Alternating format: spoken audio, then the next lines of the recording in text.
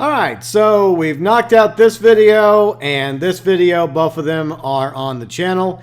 And I went over this article, and the only thing that I found that I didn't know about was some of the other names of members of Dutch's gang, which may be included in this article. And if not, we'll mention it at the end of the video.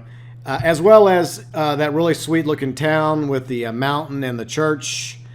And it shows Dutch and a few others in that same town. That town is Valentine. So that is Valentine, that town. That's pretty much it from this article. But feel free and go check it out yourself if you feel so inclined. Now, we're going over the world's first look at Red Dead Redemption 2. Alright, so this is a pretty long article. By the way, it is linked below in the description section. Feel free and check it out yourself. And if there happens to be any other articles that I come across today or tomorrow that has any new information in it, I will consider making videos out of those as well. I don't want to overdo it, okay? I mean, we got a lot of information regarding Red Dead Redemption 2 over the past 2 days, but I'm committed to cover Red Dead Redemption 2 start to finish, as well as live streaming it from Red Dead Redemption 2 to Red Dead Online. So I'm very excited for Red Dead Redemption 2, and the media blitz has officially begun. IGN gets their first proper look at the 2018's most anticipated game. There's a sense of connection in Red Dead Redemption 2 that we've never seen in a game before. Everything has its place and everyone has a purpose. Importantly, it's not just a veneer either. Other games give the appearance of life continues around you regardless, but stop for a second and it's easy to see past the facade. The guy with the broom isn't really sweeping his porch. He's stuck in a never-ending cleaning loop that even a gun to the head cannot break. Yep, his loop, like a Westworld reference right there, right? In Red Dead 2, people exist. By the way, I wish they wouldn't call it Red Dead 2. I know we call it Red Dead 2, but technically it's still Red Dead 3 because you have Red Dead Revolver, Red Dead Redemption, and of course Red Dead 2. But I get it. It's just a small, minor issue I have. Continuing, they have work to do and schedules to stick to, regardless of whether you're there to see it or not. But if you are there, they'll react accordingly. So point a revolver at the guy innocently sweeping his porch, and depending on his demeanor, he could drop to his knees begging for his life, or at the opposite end of the scale, draw a six-shooter and retaliate. There's deep-rooted connection between you, your actions, and the surrounding world, which is critical to everything that Red Dead Redemption 2 is. Rockstar doesn't just want you to play as an outlaw and protagonist Arthur Morgan, it wants you to live as him. Morgan is one of the senior members of the Van der Linde Gang, a band of outcasts led by Dutch. The year is 1899, and the Wild West is being tamed, with outlaws driven into hiding as the authorities grow in size and strength. With the robbery in the town of Blackwater going wrong, Morgan and the Van der Linde Gang are forced to run, chased by gangs of bounty hunters led by the law. And regarding the robbery in Blackwater that goes badly wrong, a lot of you were wondering, is this the Blackwater Massacre that's mentioned in Red Dead Redemption? And to answer your question, according to Red Dead Wiki, yeah, 1899, there was a massacre in Blackwater, and several lawmen were killed and others were murdered, including outlaws. So I believe that this is in reference to the infamous Blackwater Massacre. So we're going to experience that as Arthur Morgan and see exactly how that plays out. Just thought I'd put that out there. For the purposes of the 45-minute demo on show, IGN joins Morgan on the outskirts of Dutch's camp. The makeshift base, comprised of wagons and tents, is the foundation on which the gang is built. A place where Dutch, Arthur, and other desperados can relax, reflect on the day's events, and plan for the next. The camp is a living community, hidden from the prying eyes by thick brush and towering trees. It's the people that bring it to life, and as such, it's constantly changing. Here, it's early morning, and the sun is slowly rising over the plains. It's a view we take for a moment to soak up. It's a fresh spring morning, and the wilderness is washed in a pale yellow glow. Sparks of white sunlight flicker off the river below, which snakes from right to left. not actual snakes, it's just the river snakes. It winds from right to left. There probably are snakes, though. Dividing the landscape in two, huge pine trees dominate the foreground, and they're more of a lush, alpine feel compared to what we saw for the majority of Red Dead Redemption. In the distance, a thin wisp of smoke drifts lazily into the sky, while on the horizon is framed by snow-capped mountains. Nice. Red Dead 2 is a strikingly beautiful game. Only seconds into the demo, and it's immediately and apparently clear that every inch of this world and everything in it has been painstakingly crafted and every detail poured over. The opening scene close-up of Arthur depicts an outlaw who's wise yet kind, his blue-green eyes and stubbled square jaw painting the impression of a man you don't want to mess with, but he'd probably be great to share a pint with. For the record, I really wish that Rockstar would just put out that 45-minute demo on their YouTube channel for us to watch, but I guess this is the next best thing. It's like reading a book instead of watching a TV show version or a movie version of the book, I guess. Arthur is standing on the edge of camp looking over the wilderness. It's eerily quiet, as if the world hasn't quite woken up yet. Turning, Arthur walks towards the camp, pausing to pull a cup from his satchel and fill it with coffee. And here's where we get our first proper look at some of the other gang members. Sean Maguire is a cheery Irish joker who's telling stories around the campfire with boundless enthusiasm. Now, whenever I watched that article that they did a quick, like, secrets that you may have not known about the trailer, they mentioned that his name was Sean McCullough. So is it Sean Maguire or is it Sean McCullough? They also said that Sadie Adler was Sadie Hawkins, but I think her name is Sadie Adler, not Hawkins, but I don't know. Somebody's getting confused here, and it's confusing me, damn it. We'll just go with Sean Maguire, okay? So he sounds like a cool guy. I'd like to hang out with him. Plus, he's Irish. You can't go wrong with the Irish, especially since they're a huge chunk of my subscriber base. Uncle is a bearded, hungover wreck slumped against a barrel dressed only in his underwear and mutters something as you walk past. That definitely sounds like Uncle, and it's hilarious that he didn't even change. Not at all. 12 years later in 1911, same Uncle. Still, bearded, drunk over wreck, running around in his underwear. Nothing changes for Uncle. Nothing at all. There are others deep in conversation or otherwise going about their daily business. This is a working camp, so everything has to, work. Clothes have to be cleaned, wood is needed for the fire, water must be collected from the river, and so on. Each member of the gang has a role to play and their own duties to fulfill. And if you take a minute to look around, you'll begin to notice how everything works as it should and everyone has their place. So earlier when I was complaining in previous videos, typical video game thing where Arthur had to do everything. He had to go get the food. He had to go get the supplies. Apparently, other members of the gang at the camp, they also have stuff to do as well. So they each have tasks with something. Maybe they go collect firewood, or some of them like go collect water. So everyone, I guess, has their purpose except for Uncle, who just sits around drunk in his underwear all day. As Dutch's right-hand man, Arthur plays an important role in the upkeep of the gang, not just in the terms of supplies, but also the morale of the gang. If food and resources are plenty, then spirits will be high, which is reflected in the mood of the camp.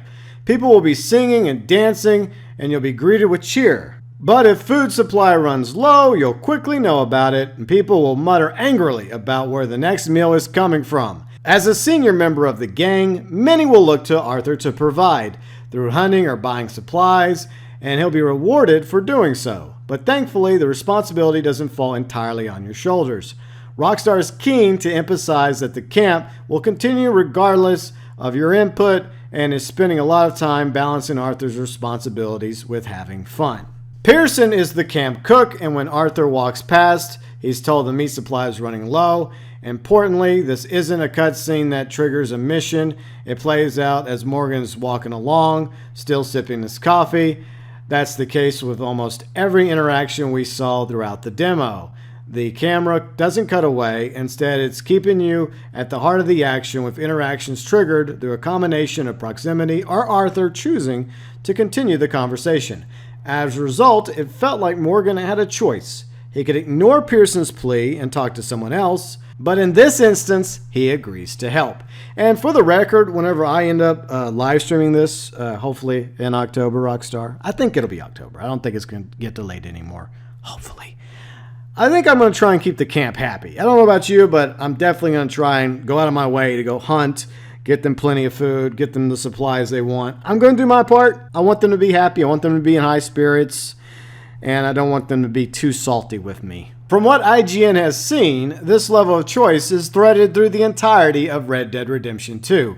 Obviously, there's a beginning and an end, or possibly even ends. IGN doesn't really know right now, but Rockstar is trying to blur the lines between what's a story mission and what's a side quest, instead of presenting them all as opportunities given to Arthur. Many are contextual too, dependent on the time of day, where you are, and who you're with. Choices aren't just made at a high level either. You'll be presented with decisions every step of the way, and how you act determines the reaction you get back.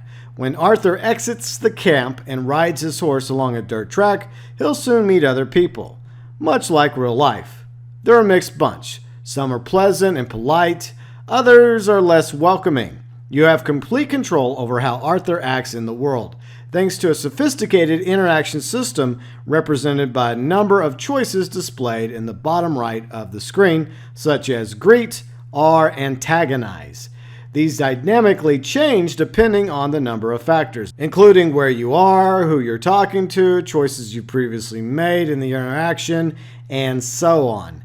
Even though most of the HUD was switched off for the demo, it was still obvious how much freedom the player is given. So that's really cool. So you can basically mold Arthur to be the kind of guy you want him to be. If you want to be a generally nice guy who's going to be nice to people that are nice to him, or be reactionary if someone's an asshole to you, then be an asshole back. Or you just want to be an all-out jerk, well, you can do that too, I guess. How he presents himself has similar effect. Travel with your gun holstered and you'll likely get a warm reaction, but carry it in your hand and passersby will react more severely.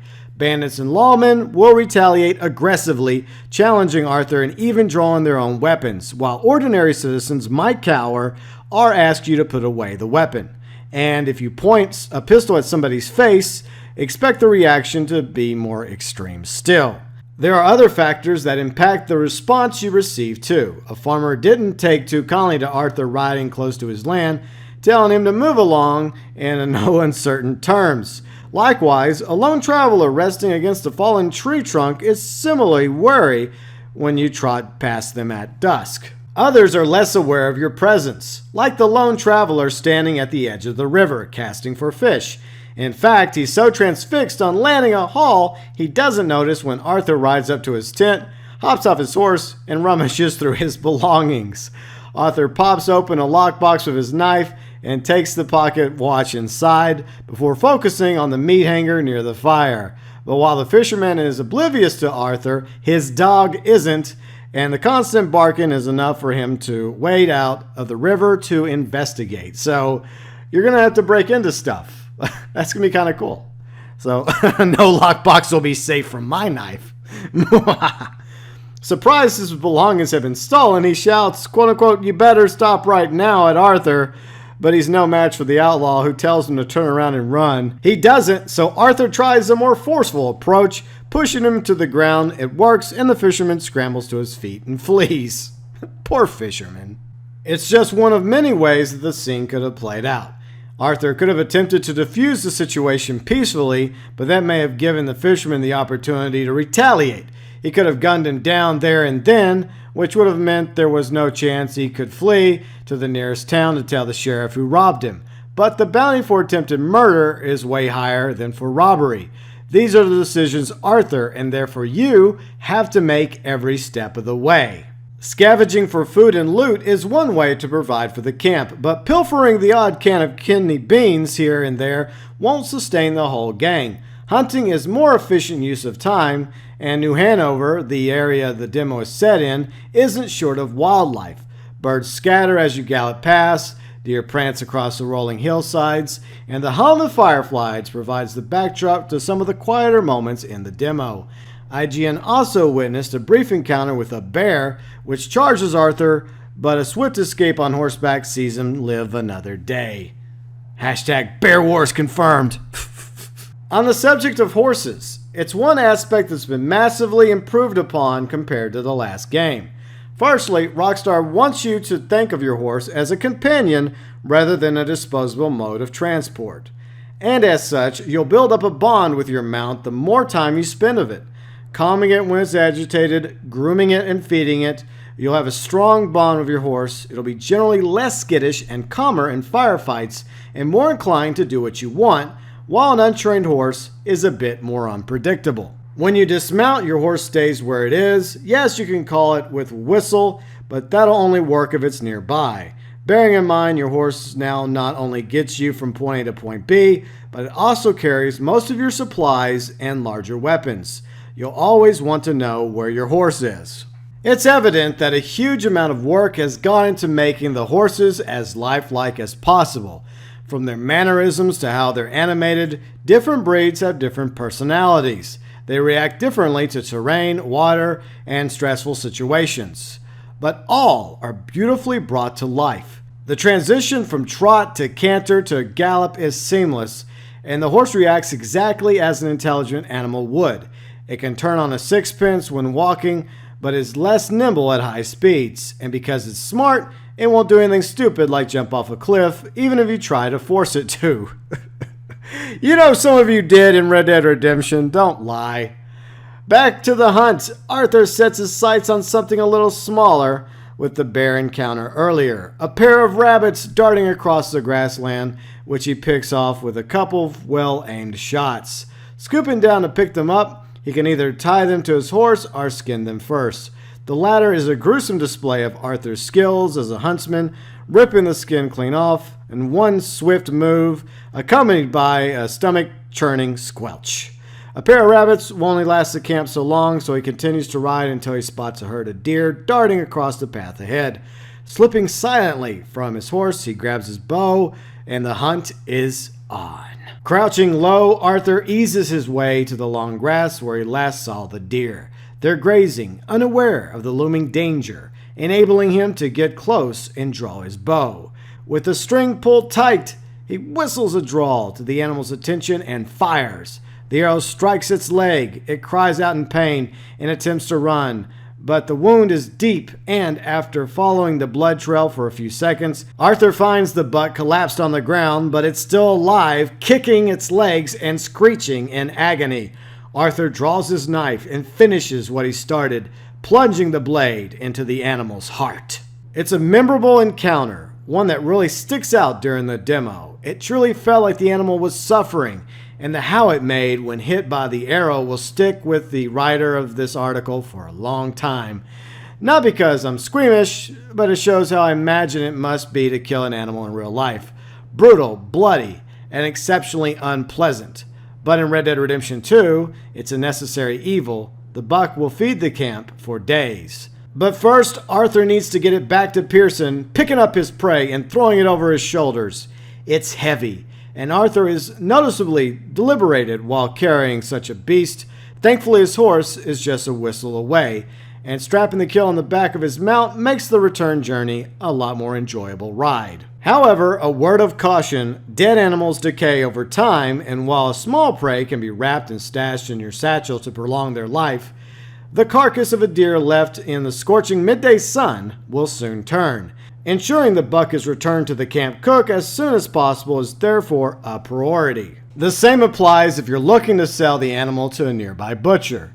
The better the condition of the meat, the greater your reward. Equally, an animal riddled with buckshot will attract less of a reward than a clean kill with a single arrow. By the time Arthur returns to camp, the sun is set and the mood is more relaxed. The outlaw guarding the entrance of the camp has changed, another example of how life continues whether you're around or not, but must have finished their duties for the day. Some are playing chess, another listening to soothing opera on a gramophone, and many have retired to their tents for the evening.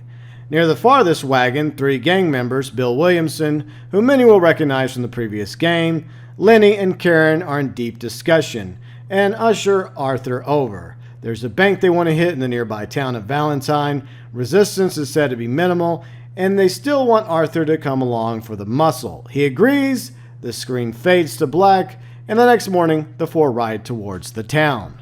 During the ride, Bill outlines the plan in more detail. Karen will go in first to cause a distraction, then the other 3 will make their move. According to Bill, it's a plan that can't go wrong, but Arthur isn't so convinced. It's another glimpse at some of the big personalities we'll have to spend time with in the finished game. Bill is desperate to prove himself, not just to the rest of the game, but in front of Arthur, telling him, quote unquote, he's got the lead on this one, but Arthur has experience on his side, even the best laid plans can fail, and he's not afraid to voice his opinions. Valentine itself is a small, quiet town. A railroad runs along the edge, and there's a church in the middle, plus a handful of shops, but at this time in the morning, there are few people on the streets. Arthur and the gang tether their horses off the main road before walking towards the bank. An ominous twang of guitars signals something big is about to go down. Karen is first as planned, but asks Arthur the best method of distraction. Should she play the part of the little lost girl? Fellas, always like the lost girl or the drunken harlot. In this instance, the latter. So she unbuttons a few extra buttons of her skirt and staggers inside the bank. Seconds later, all kinds of commotion from inside. Bill, Lenny, and Arthur pull their neckerchiefs over their faces and go in, weapons drawn. There are only a handful of people at the bank. Some are already on the ground, held at gunpoint, while Arthur grabs the nearest banker and forces him to open the door leading to the back, pistol whipping him when he tries to resist. The vault is in the next room, so Arthur pushes him through, orders the banker to open it. When he says only the manager can open the vault, Arthur provides a less than subtle encouragement with another pistol whipping, and moments later, the vault is open. Inside there are 5 safes, but shouts from Lenny and Karen out front indicate time is running out. Arthur has 2 options, displayed once again in the bottom of the right-hand screen. He can attempt to crack the safes or blow them open. We opt for the latter, and Arthur wedges sticks of dynamite in a handful of the safe door before taking cover behind a nearby desk and waiting for them to blow open. The room shakes as sticks explode one by one. The doors open like dominoes, falling, and Arthur quickly reaches in and hauls as much loot as he can before running back out front. But it's too late. The sheriff and his deputies are already on the scene. Karen now tries the little lost girl act, walking out of the bank saying it was all a terrible mistake. Seconds later, she's followed by Arthur, who kicks open the doors. Deadeye is at the ready. From the demo, Deadeye looks as much the same as it did in the last game. The screen turns a different shade, and the action slows, giving the player a few seconds to mark the targets before shooting. The 4 lawmen hit the dirt in a hail of gunfire before Arthur turns his focus on the deputies' fire from on top of buildings. Long distance kills pay out in slow motion, shown from a reverse angle so you can fully appreciate the kill. And as the law is pushed back, Arthur and the gang slowly make their way from one piece of cover to the next, back to their horses. Just as Arthur's about to climb on his horse, a bullet fizzes past his head, knocking his hat clean off. According to Rockstar, it's not a prescribed moment, it's just something that can happen. And if you lose your hat, it won't miraculously reappear in the next scene. You'll have to go back and get it if you're willing to risk the heat, or buy another when you get the chance. There's no Indiana Jones moment in this time, and the gang jump on their horses and ride off. So, you can lose your hat, and it won't return. So you got to be mindful of your hat, because if it goes flying off and you don't go get it, well, you're going to be out of a hat. As the gang attempts to escape, more lawmen close on from every side. Arthur deftly disposes of 2 riding up from behind before switching his rifle to fire at another gunman riding along the nearby ridge. The first shot misses, but the second shot hits hard, knocking the target off his horse. His leg is caught in the reins, and he is dragged along the ground as the horse gallops on. Up ahead, a train thunders across the plains, giving Arthur and the gang a way out. With the kick of his spurs, Arthur charges in front of the speeding locomotive, which cuts them off from their pursuers and leaves the lawmen behind. It's the kind of finale you've come to expect from a Rockstar game. An explosive set piece that plays out around you. Arthur made his escape this time, but only just a split second later, his guts would have been painted all over the train. What we saw is apparently only a tiny part of the game. New Hanover is just a small area in a much larger world. One that stretches from the snowy wastelands of the north to the swamps of the south, taking in settlements and sprawling city in between. Similarly, the camp we saw is just one that'll be in the game. As the outlaws on the run, the Vanderlyn gang will be forced to move on when the heat gets too much. So you will have to move the camp from location to location. You won't be able to stay in one particular spot. As for the story, naturally Rockstar is keeping most of its secret. There will be connections with Red Dead Redemption, seeing as this game is set prior to, and it features some of the familiar faces, but Rockstar describes it as a companion piece rather than a prequel.